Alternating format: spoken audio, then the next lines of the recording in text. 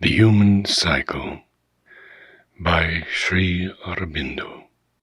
Chapter 24. The Advent and Progress of the Spiritual Age.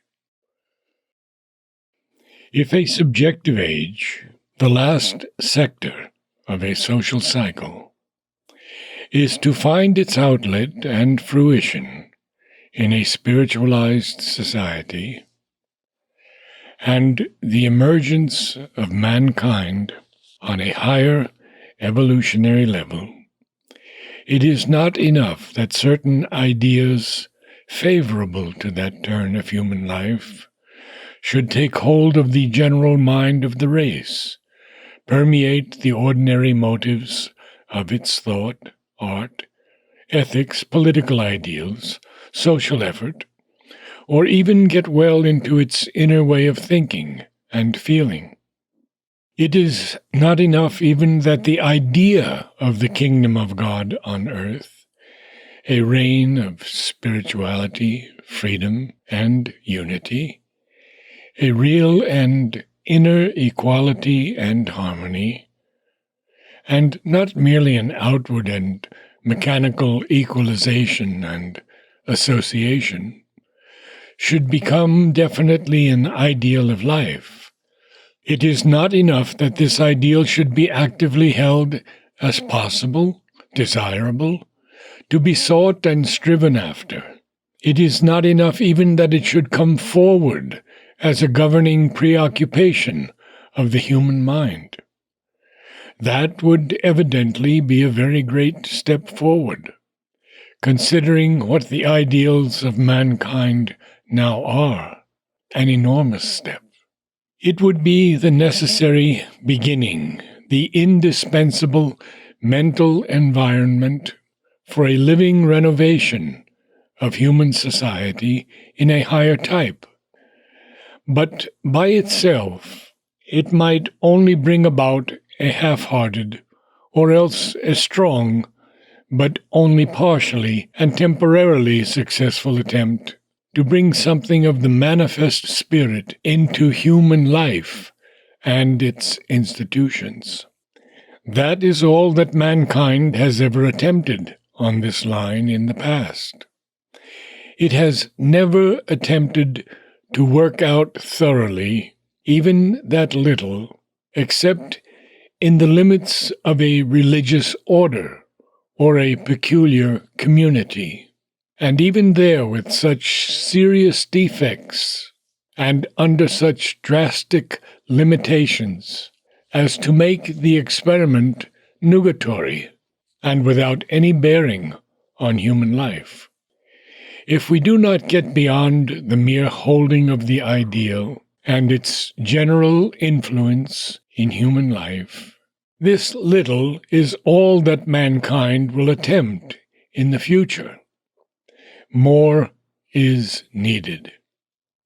A general spiritual awakening and aspiration in mankind is indeed the large, necessary motive power, but the effective power must be something greater. There must be a dynamic recreating of individual manhood in the spiritual type. For the way that humanity deals with an ideal is to be satisfied with it as an aspiration, which is, for the most part, left only as an aspiration, accepted only as a partial influence. The ideal is not allowed to mold the whole life, but only more or less to color it. It is often used even as a cover and a plea for things that are diametrically opposed to its real spirit. Institutions are created which are supposed, but too lightly supposed, to embody that spirit, and the fact that the ideal is held, the fact that men live under its institutions, is treated as sufficient. The holding of an ideal becomes almost an excuse for not living according to the ideal. The existence of its institutions is sufficient to abrogate the need of insisting on the spirit that made the institutions. But spirituality is in its very nature a thing subjective and not mechanical. It is nothing if it is not lived inwardly, and if the outward life does not flow out of this inward living. Symbols, types, conventions, ideas are not sufficient. A spiritual symbol is only a meaningless ticket unless the thing symbolized is realized in the spirit. A spiritual convention may lose or expel its spirit and become a falsehood. A spiritual type may be a temporary mold into which spiritual living may flow, but it is also a limitation and may become a prison in which it fossilizes and perishes. A spiritual idea is a power, but only when it is both inwardly and outwardly creative. Here we have to enlarge and to deepen the pragmatic principle that truth is what we create, and in this sense, first, that it is what we create within us. In other words, what we become. Undoubtedly, spiritual truth exists eternally beyond, independent of us, in the heavens of the Spirit. But it is of no avail for humanity here. It does not become the truth of earth, the truth of life, until it is lived. The divine perfection is always there above us. But for man to become divine in consciousness and act, and to live inwardly and outwardly the divine life, is what is meant by spirituality. All lesser meanings given to the word are inadequate fumblings or impostures. This, as the subjective religions recognize, can only be brought about by an individual change in each human life. The collective soul is there only as a great half-subconscious source of the individual existence. If it is to take on a definite psychological form, or a new kind of collective life, that can only come by the shaping growth of its individuals, as will be the spirit and life of the individuals constituting it, so will be the realized spirit of the collectivity and the true power of its life. A society that lives not by its men, but by its institutions, is not a collective soul, but a machine. Its life becomes a mechanical product and ceases to be a living growth. Therefore, the coming of a spiritual age must be preceded by the appearance of an increasing number of individuals who are no longer satisfied with the normal intellectual, vital, and physical existence of man, but perceive that a greater evolution is the real goal of humanity, and attempt to effect it in themselves, to lead others to it, and to make it the recognized goal of the race. In proportion as they succeed, and to the degree to which they carry this evolution, the yet unrealized potentiality which they represent will become an actual possibility of the future.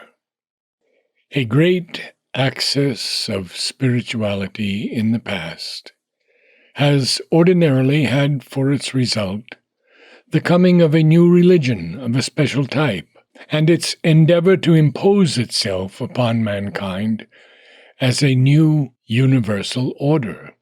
This, however, was always not only a premature, but a wrong crystallization, which prevented, rather than helped, any deep and serious achievement. The aim of a spiritual age of mankind must indeed be one with the essential aim of subjective religions, a new birth, a new consciousness, an upward evolution of the human being, a descent of the Spirit into our members, a spiritual reorganization of our life.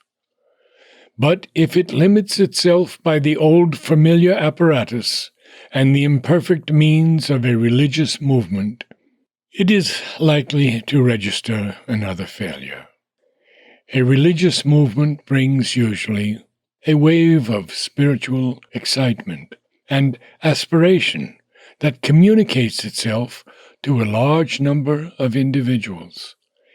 And there is, as a result, a temporary uplifting and an effective formation, partly spiritual, partly ethical, partly dogmatic in its nature.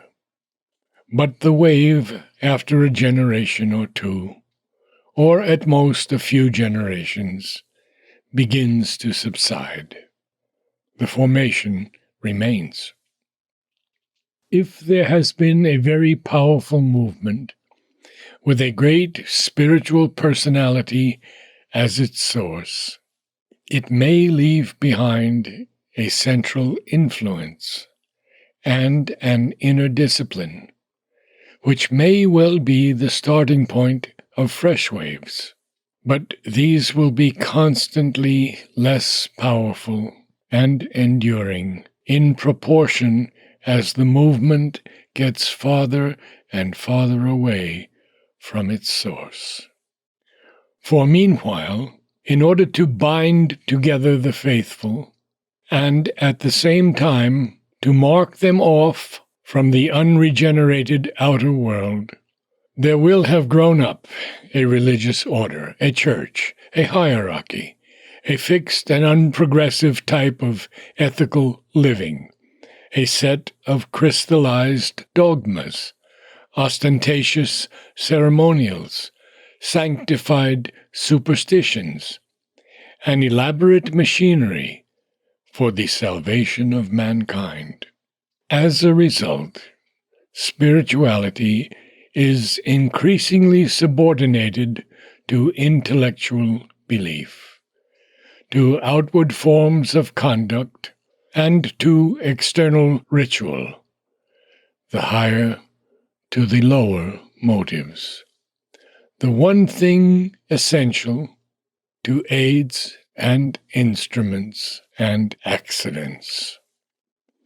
The first spontaneous and potent attempt to convert the whole life into spiritual living yields up its place to a set system of belief and ethics touched by spiritual emotion.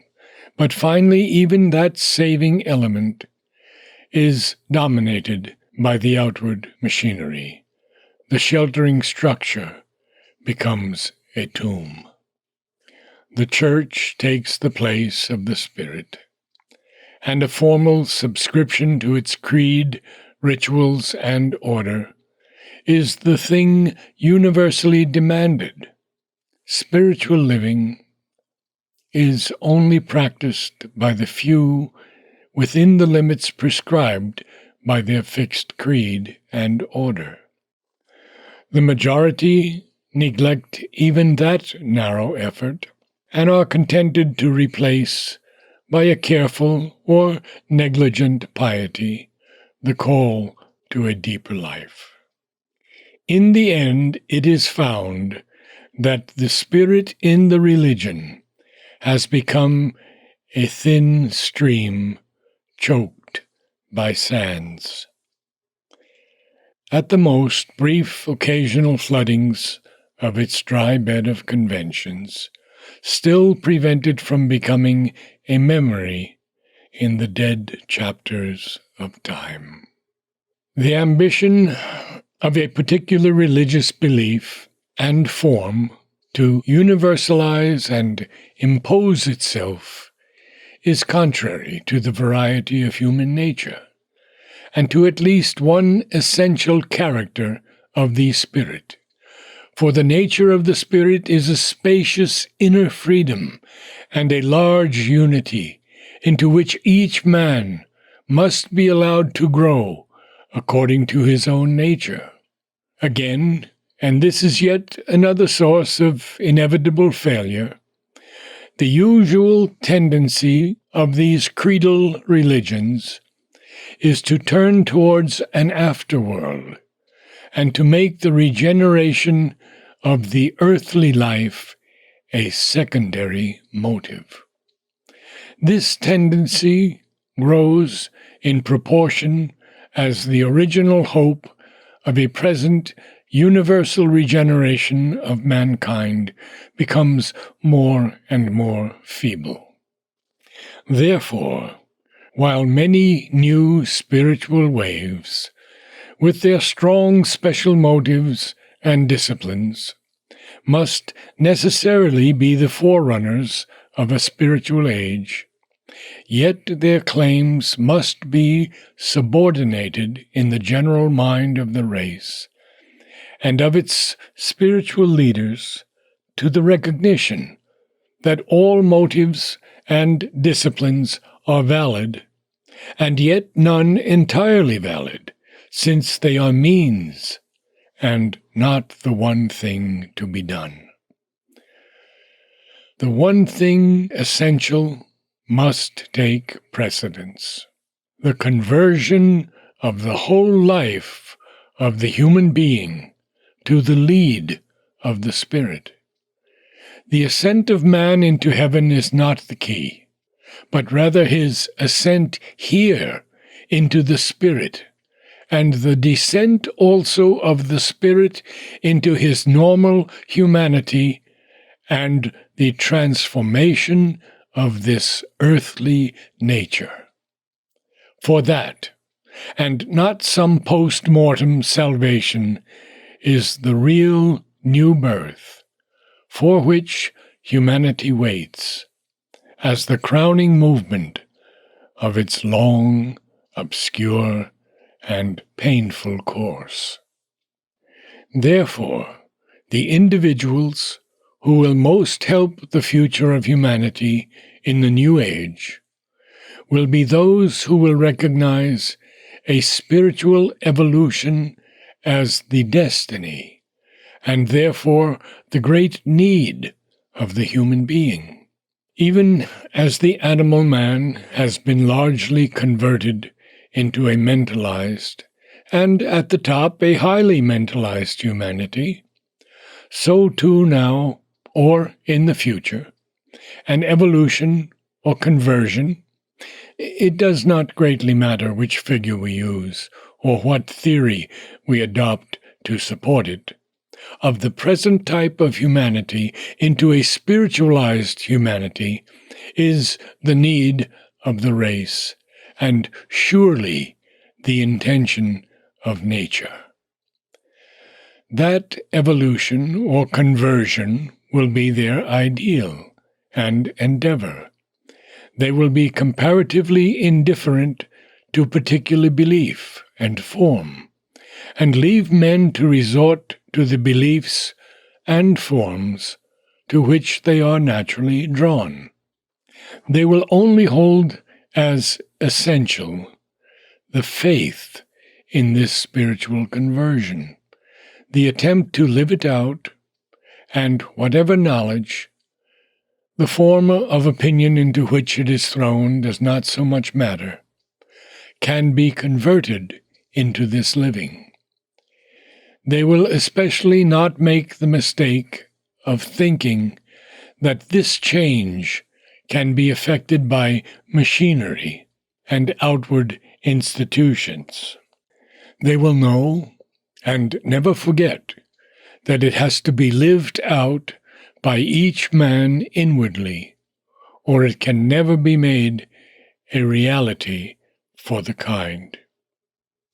They will adopt in its heart of meaning the inward view of the East, which bids man seek the secret of his destiny and salvation within. But also they will accept, though with a different turn given to it, the importance which the West rightly attaches to life and to the making the best we know and can attain, the general rule of all life. They will not make society a shadowy background to a few luminous spiritual figures, or a rigidly fenced and earthbound route for the growth of a comparatively rare and sterile flower of ascetic spirituality. They will not accept the theory that the many must necessarily remain forever on the lower ranges of life, and only a few climb into the free air and the light, but will start from the standpoint of the great spirits who have striven to regenerate the life of the earth and held that faith in spite of all previous failure. Failures must be originally numerous in everything great and difficult, but the time comes when the experience of past failures can be profitably used, and the gate that so long resisted opens. In this, as in all great human aspirations and endeavors, an a priori declaration of impossibility is a sign of ignorance and weakness, and the motto of the aspirant's endeavor must be the solvitur ambulando of the discoverer, for by the doing the difficulty will be solved. A true beginning has to be made. The rest is a work for time in its sudden achievements or its long, patient labor. The thing to be done is as large as human life, and therefore the individuals who lead the way will take all human life for their province.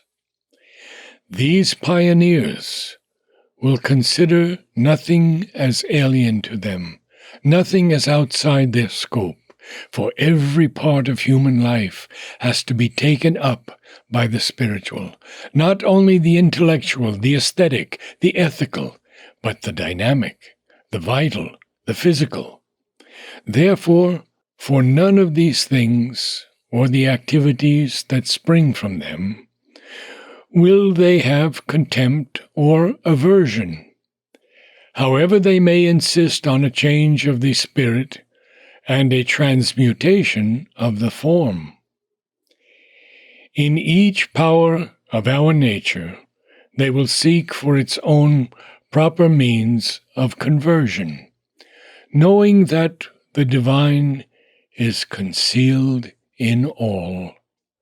They will hold that all can be made the Spirit's means of self-finding, and all can be converted into its instruments of divine living. And they will see that the great necessity is the conversion of the normal into the spiritual mind, and the opening of that mind again into its own higher reaches and more integral movement. For before the decisive change can be made, the stumbling intellectual reason has to be converted into the precise and luminous intuitive, until that again can rise into higher ranges to overmind and supermind, or gnosis. The uncertain and stumbling mental will has to rise towards the sure intuitive and into a higher divine and Gnostic will, the psychic sweetness, fire, and light of the soul behind the heart, has to alchemize our crude emotions and the hard egoisms and clamant desires of our vital nature. All our other members have to pass through a similar conversion under the compelling force and light from above.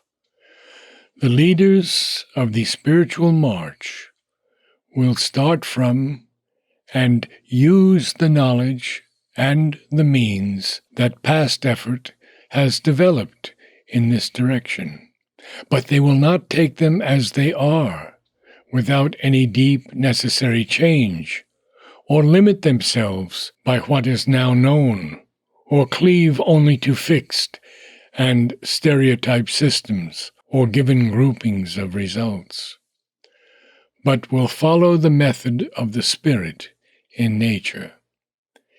A constant rediscovery and new formulation and larger synthesis in the mind, a mighty remolding in its deeper parts, because of a greater enlarging truth, not discovered or not well fixed before, is that Spirit's way with our past achievement, when he moves to the greatnesses of the future.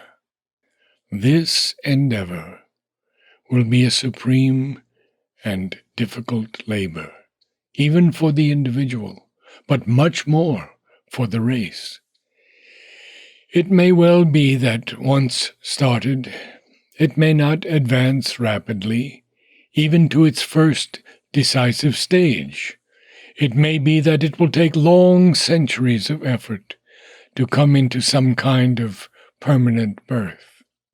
But that is not altogether inevitable. For the principle of such changes in nature seems to be a long, obscure preparation, followed by a swift gathering up and precipitation of the elements into the new birth, a rapid conversion, a transformation that in its luminous moment figures like a miracle. Even when the first decisive change is reached, it is certain that all humanity will not be able to rise to that level. There cannot fail to be a division into those who are able to live on the spiritual level and those who are only able to live in the light that descends from it into the mental level. And below these two, there might still be a great mass influenced from above, but not yet ready for the light. But even that would be a transformation, and a beginning far beyond anything yet attained. This hierarchy would not mean, as in our present vital living, an egoistic domination of the undeveloped by the more developed, but a guidance of the younger by the elder brothers of the race, and a constant working to lift them up to a greater spiritual level and wider horizons. And for the leaders, too, this ascent to the first spiritual levels would not be the end of the divine march, a culmination that left nothing more to be achieved on earth, for there would be still yet higher levels within the supramental realm, as the old Vedic poets knew when they spoke of the spiritual life as a constant ascent. The priests of the Word climb thee like a ladder, O 100-powered. As one ascends from peak to peak, there is made clear the much that has still to be done. But once the foundation has been secured, the rest develops by a progressive self-unfolding, and the soul is sure of its way, as again it is phrased by the ancient Vedic singers.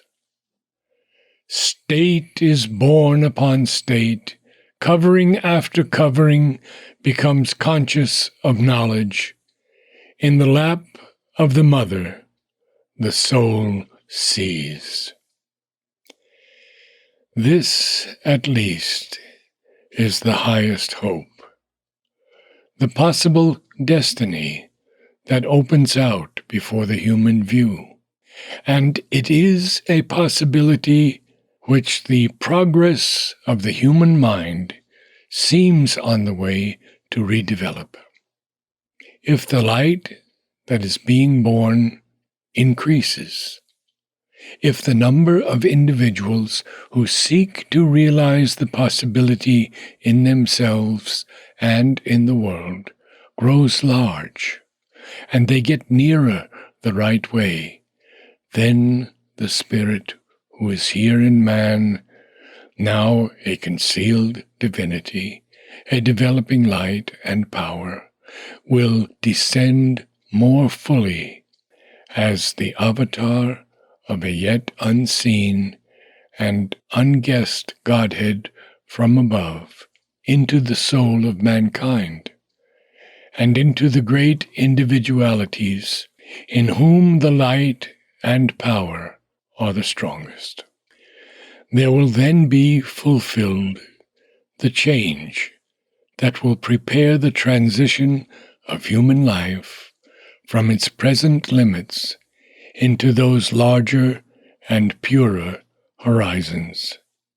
The earthly evolution will have taken its grand impetus upward and accomplished the revealing step in a divine progression of which the birth of thinking and aspiring man from the animal nature was only an obscure preparation and a far-off promise.